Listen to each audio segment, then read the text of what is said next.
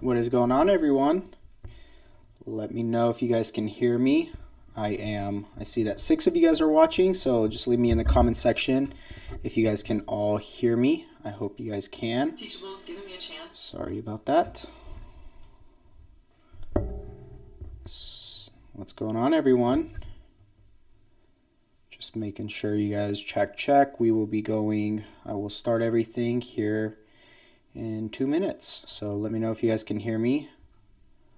Looks like a few of you guys are watching, so hello, first name.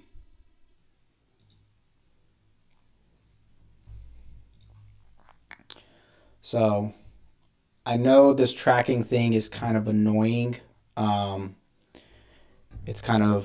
I've tried to take it off. It's just my camera is a little bit dated.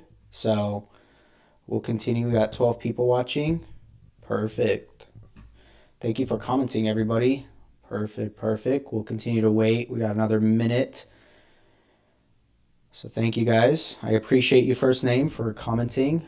Thank you. What's going on, Jasmine? Reginald? You got Change is Great. I like that. It's a cool name. Awesome. I think I'm going to get the live going on Facebook just so people can join on there if they're not. But if you guys haven't joined the Facebook group, definitely make sure to go check that out. I will get that going in just a second so everybody knows. We got a few more seconds before we officially start. We'll be doing some housekeeping thing. What's going on? Dongjo Sel. I think I pronounced that right. Sorry guys, my Facebook here is alrighty. Perfect. What's going on, Carol? Nice to see you. Thank you for joining. Claudia, thank you. Got 14 people in here now. Appreciate you guys all joining and taking the time. We'll be doing 30 minutes. It's 5 o'clock right now. So let's go ahead and get started here. I will go through some of the questions that were in the Facebook and address some of the stuff with you guys. And we'll do some quick housekeeping things. What's going on before we get started with all the meat and potatoes, as I like to say. So let me pull up the open chat on Facebook.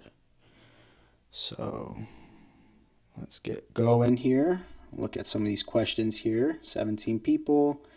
Yeah, comment some. Make sure to leave a comment with any questions you guys have on the YouTube live as well. So that way I can address those and give you guys some more context and hopefully answer some of you guys' questions. So I look forward. Like I said, every week we will be doing this live at 5 p.m. every Tuesday. So just keep that in mind. And I hope to have you guys all in here. And again, make sure to subscribe and like and comment to the channel. And also, I did start a Patreon, and that link is actually in the description of this video for anyone who's looking to join. Essentially, it's a subscription. And I will be able to actually analyze your guys' deals, talk with you guys. I'm going to be doing lives on there too, but specific to the individuals that are in that group. So I will continue to try to help you guys out as much as possible. Don't mind my red ears. That's how you know typically when I'm out of my comfort zone and doing something that brings a lot of attention. My ears get red. So but anyways, you guys can join that Patreon. Again, that link is down below. If any of you guys are not in the Facebook group, make sure to check out Legion Assisted Living Academy there. And with that being said, let's get started. So I actually have this from Rejoice from the Facebook group. And she said, can I take a client from out of state for my personal care home?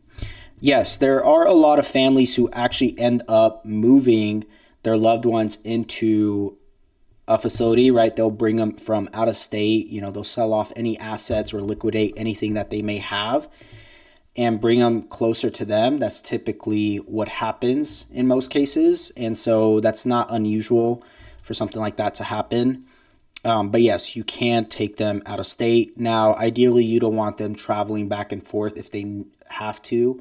You don't want, at the end of the day, it doesn't really come back to you if you allow that. But yeah, so what's up, Regina? So sorry I missed this live. Catching the end. Thank you for your time.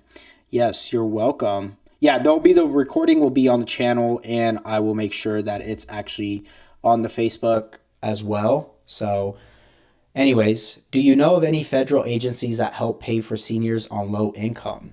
That is a great question, Sherry. Thank you for asking that. So typically the federal agencies, not so much. It's typically a state agency or a government funded, like a state government funded thing that will actually end up paying for low income. So typically with the low income, families have to liquidate a lot of their assets in order to qualify for that. So, that's one of the main issues. What happens with low income is the fact that they have to liquidate and not show that they have very much in income or in assets. And then they also have to meet a physical or essentially their health needs to be at a certain point in order to qualify for that. So just keep that in mind when applying or contracting your home with like Medicaid. Typically it's Medicaid who provides that for seniors with low income. And so just be aware of that. And typically Medicaid will help assist families with qualifying for that. So that is a great program. Each state does have its own reimbursement program for care homes and for residential assisted living. So it just really depends in the state that you're in. And those reimbursement rates can really vary. I know in Utah and Idaho, Utah is by far the lowest that I've seen. Their reimbursement rates are like less than $100 per day per individual. So just keep that in mind. Sherry, let's see here. Let's keep going through some of these questions. Thinking to delegate my RSFE to an experienced operator. Is this advisable? What percentage is profit sharing? Thank you, Claudia. That is a absolutely amazing question. Thank you for asking.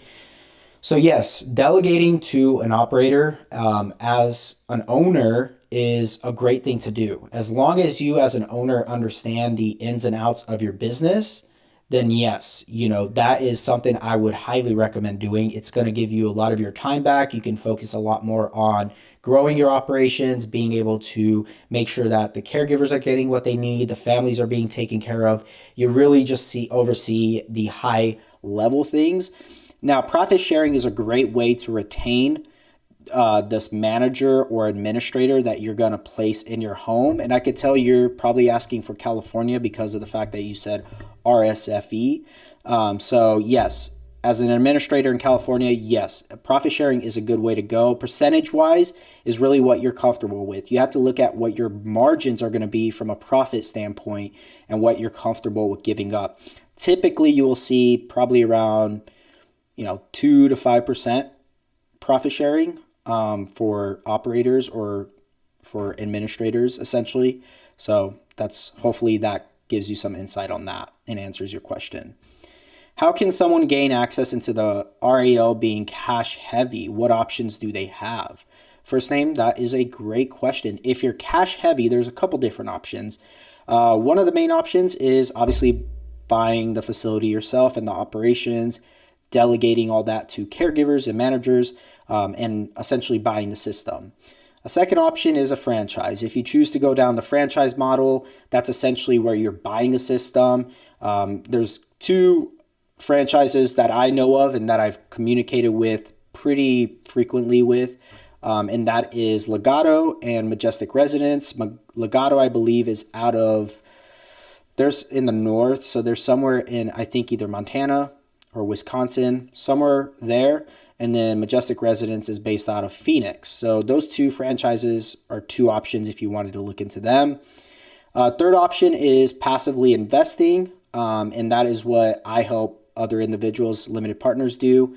So that's another great option. Hard money lending is another way, but if you're cash heavy, you're probably most likely looking to get some decent return. So it really depends on the kind of return you're looking for, first name. This is from Unami.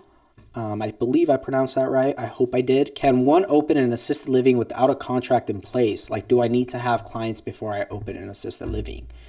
Yeah, I mean, typically most people open the facility before they actually have anybody who's living there or any residents essentially. So yes, typically people open it vacant unless they're buying something that's already occupied. So hopefully that answers your question.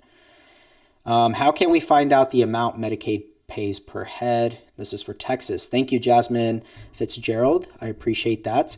Yeah, so the way to find out is typically there should be so if you Google Medicaid for Texas, for instance, if we were to Google that, there should be some type of program that pops up. Typically, you have to call them and actually let them know, hey, look, what do I need to do? There's a lot of legwork that has to go into getting contracted with Medicaid.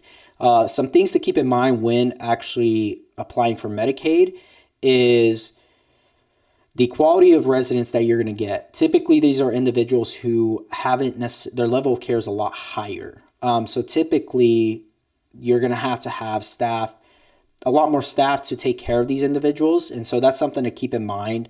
Thirdly, you also want to keep in mind that the reimbursement typically happens around the second week of the month. So all your bills normally are like in the first week of the month. So you're probably not going to get all your reimbursement.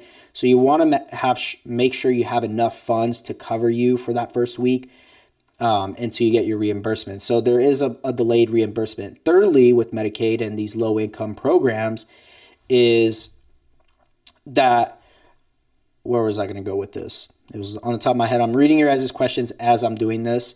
But typically what happens is when they get discharged, it's not like, let's say they go to the hospital, for instance. That's considered a discharge in most cases. So you're going to have to readmit that person or that individual and then go from there. So I just hope you guys keep that in mind when you guys are looking into these low income programs. So these are some questions to ask them. Let me see here. How would you go about salary wages of living caregivers considering the new minimum wage is $15.50 in California effective this month? Excuse me, I've had a really long day, so I'm going to be drinking some energy drink. It's a little late in the day, but it is what it is. So with minimum wage, you want to keep this in mind. This will factor into your bottom dollar. And so when you do this, when you're looking at what your ultimate payroll costs are going to be, you're going to have to start looking at potentially increasing those rates and maybe cutting. You're going to look into cutting potentially some costs somewhere else, right? So it's always a give and take when it comes to those. Give me 1 second here. Typically, you're going to have to cut rates somewhere or cut costs somewhere. So keep that in mind when, with the cost of things going up, the best way to counter that is through being able to increase those rates. Now, oftentimes people have to give 30-day notices for that. So make sure you make the family aware of that and that you give that proper notice. So hopefully that answers that. I mean, there's a lot of things that I know. I have the square on my face, guys. That's my camera. I can't turn that setting off, unfortunately, because I have the older camera of the model that I have. If I had the better model, I could turn that square off. So anyways, hopefully it's not, if I take it off, it's not going to be focused on my face. So anyways, moving forward, let's see here. If I'm moving other location in 3 to 4 years and want to start assisted living in my current location, which one is a better option? Lease versus buying the property. If I'm moving other in 3 to 4 years, typically leasing is a better option. You're able to be more flexible with leasing. So being able to, when you purchase a property, the idea is that you're going to hold that long term, hopefully. Because if you're moving, oftentimes, you got to factor in capital gains, you got to factor in taxes. You're able to do 1031s, etc. So just keep that in mind when you're going to purchase something versus leasing something.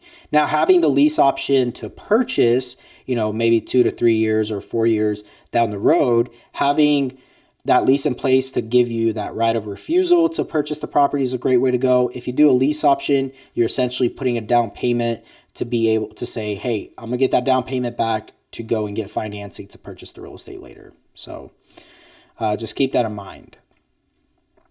And how many caregivers needed for max of 5 residents in a board and care? Typically, the ratio is 1 to 5 is a pretty reasonable ratio. So 1 caregiver to 5 residents. So typically that's what you'll see. So I mean, for a board and care, if you're depending on the level of care and the type of licensing you get, then at that point, you'll have to kind of see with the residents that you have. I have access to a 5-bedroom, 2.5 bath, 3 bedrooms are upstairs.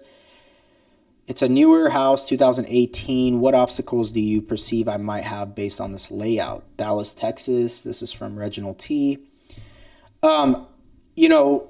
The problem with that is you're limited. You being in Texas, you want to maximize the amount of beds that you could get licensed for. And that's what I always recommend is that you try to get as many beds licensed as possible out of one property. And with that being said, it's not like you need to take all the residents that you get licensed for. Like if you get licensed for 16, let's say in Texas, if that's the case, you're not going to take up to 16 residents if you're not comfortable doing that. If you're only comfortable taking 5, but having the potential to expand to 16 is what you want to do. So that's why I always say, at the end of the day, try to find yourself a property that you can maximize. And if you can maximize it, that's going to end up working in your favor and ultimately contribute to your bottom dollar. Again, guys, I did start a Patreon. That link is in the description. Go check that out. It's a subscription. You pay $10 a month. So you guys can definitely, I will communicate directly with those individuals there. I will be doing lives on there as well, specific to each individual Patreon that's on my Patreon. So just check that link out down in the description. Regina, she asked, would you recommend 1099 or taking out taxes? I am just starting out here in Maryland. Labor law is a very, very, you do not want to play around with labor law. That will come and bite you back in the butt. If you're messing around, labor laws vary from state to state. I highly recommend, again, advise this with your CPAs, with your attorneys, but definitely do W-2. At the end of the day, just do everything by the book. It might cost you a little more to do that, right? When you're factoring in payroll taxes, workers' comp, etc. Just make sure you look into your labor law of your state before you do anything else. So I would recommend doing a W-2. That's my recommendation.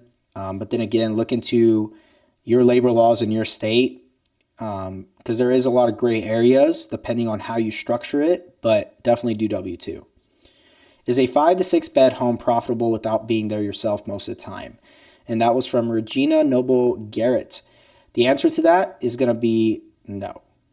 Typically, if you're not going to be there yourself most of the time, you're probably going to have a administrator or a manager in place. So if you're doing that, then you're going to need a minimum of 10 beds. And also, it really just depends on what state you're in. In California, for instance, you could be charging $5,000 to $6,000 a bed, right? And so you could be making $30,000 to $35,000 gross a month, but that's at full occupancy. So you always want to factor in what your vacancy rate's going to be. Typically, when I run my pro formas, I run about a 5%, 5 to 10% vacancy rate. So, because that's typically where you're going to be at. You're not always going to be 100% occupied. So you want to factor those vacancies when you're looking to potentially take something over or start from scratch. Which, by the way, I do offer the pro forma at legionassistedlivingacademy.com, and that has everything already in place for you to be able to run your numbers. So definitely check that out. And that's in the link below. Oleg said, how wide is the hallway have to be? Most hallways are anywhere between 3 to 5 feet. Ideally, you would want 4 to 5 feet, to be honest. That way all the walls aren't getting banged up. So that's what I recommend on hallways. How is ALF property valued when listing to sell? Property value itself plus business value? That's a great question. So typically, you have two separate values there. You have the property and what that's going to get appraised for.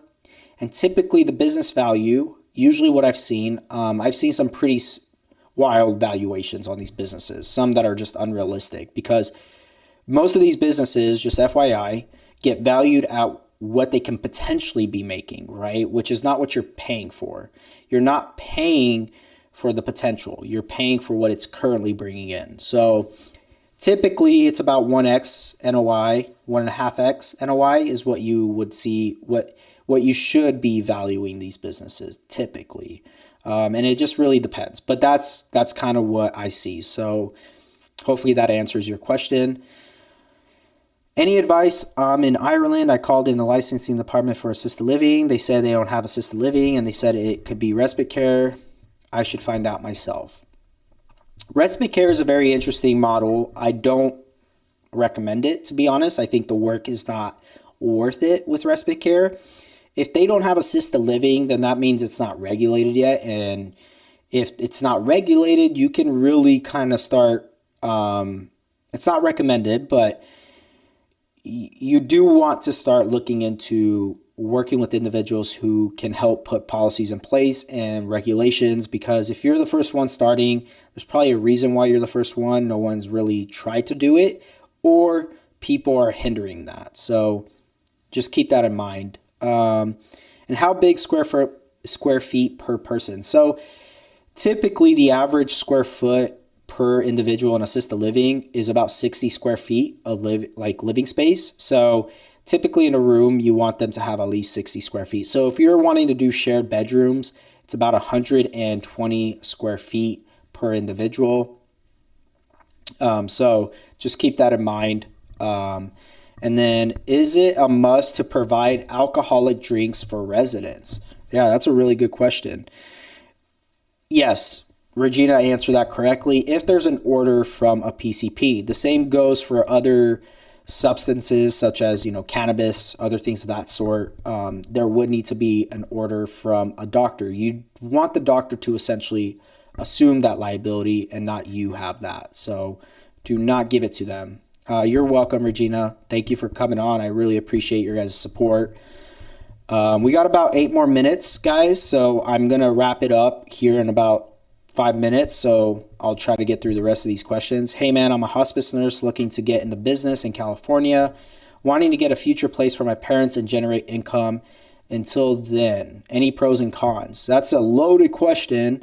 Let's see, I'll get right back to that. How to find ALF release. Nothing shows in LoopNet around my location. If someone asks for a private room, if the fee is just doubled. I'll answer Lance's question real quick because that's a really loaded question, but I'll try to keep it brief. Again, Lance, guys, check out the Patreon. That link is in below. So if anybody is wanting specifics, check that out. But to answer your question, I think that's a great why, is having your parents, and to generate income and let it pay for itself. Pros and cons. California is not a business-friendly state, so that's the con with California. Also, you can only get licensed up to 6 beds in California in a residential property. Regulations as far as licensing takes a lot longer. There's a lot of nuances in California, which I can't get into right now, Lance, but again, feel free to check out the Patreon down below. How to find ALF release? Yes, that is a hard thing. It really depends. I mean, Valley ALF Ventures is just the company I own along with my business partner. We do specifically this, right? A lot of landlords need education. So, if you're looking for a single family home that meets all the criterias and you call them, you offer above market rent, they will most likely be willing to listen to you, but then again, they're worried about liability. So there's a lot of different ways to go about doing that. Again, I can discuss all this in the Patreon. I know I keep pitching that, but that's where I'm gonna really get into the nitty gritty of a lot of this stuff. But when a landlord, let's say it's a landlord who you approach, Dong, and they say, well, liability is a big concern of mine. You say, well, look, I will have a policy for my business, a liability policy, and have you added on there as an additional insured. So if anything were to happen, the landlord is also covered. So that's a really good way to put a lot of landlords' minds to ease when you pitch them on potentially leasing a property from them. So just keep that in mind. And then let's see here. A few more questions are coming in. Oh, my bad, guys.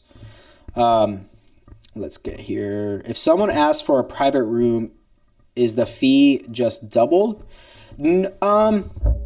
Typically, yes, you will see that. Like if someone is charging $3,000 per a semi-private bed, a private room might be doubled. So probably $6,000. That's typically how people structure it, just because it makes it a lot more easier and it's more of a easier way to keep track.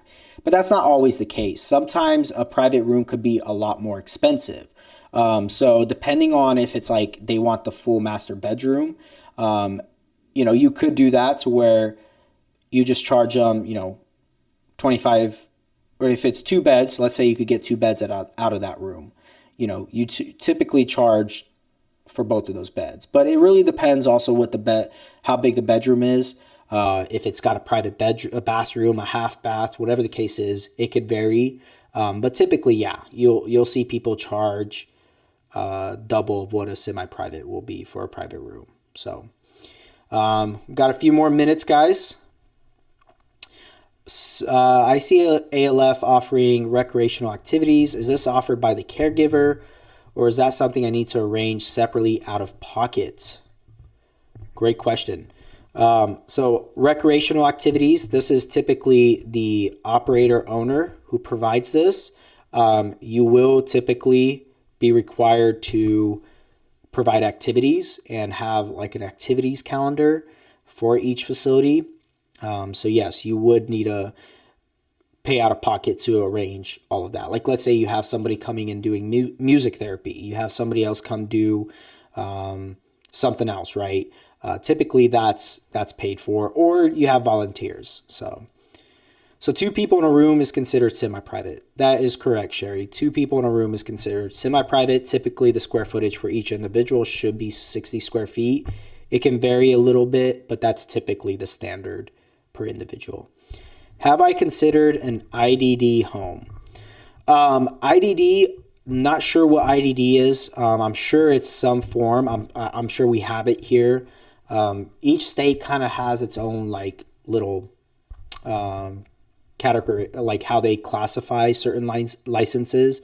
If that has to do with like disabilities or development type of home, yes, there are some of those here in the state. Each state has its own various different types of licensing. So it just really how they name it can be different. So again, guys, we have about 3 more minutes here, 2 more minutes. So I'm going to do some last minute housekeeping with you all. Again, check out the Facebook group, Legion Assisted Living Academy.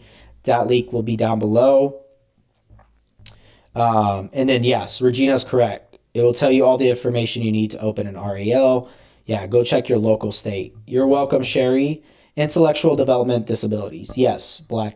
I have heard of people doing it. I have not considered doing it myself necessarily, but that's definitely a need for sure. So again, check out the Patreon link. That will be in the description of this video. Again, check out legionassistedlivingacademy.com. Again, we will be doing these lives every Tuesday at 5 p.m. Mountain Standard Time. So definitely, again, thank you everyone that has joined the live. I really do appreciate you guys. I will try to, again, communicate with you all, and I look forward to seeing you guys all next week. Make sure to like, comments, and just share this live with anyone who you think would benefit from it.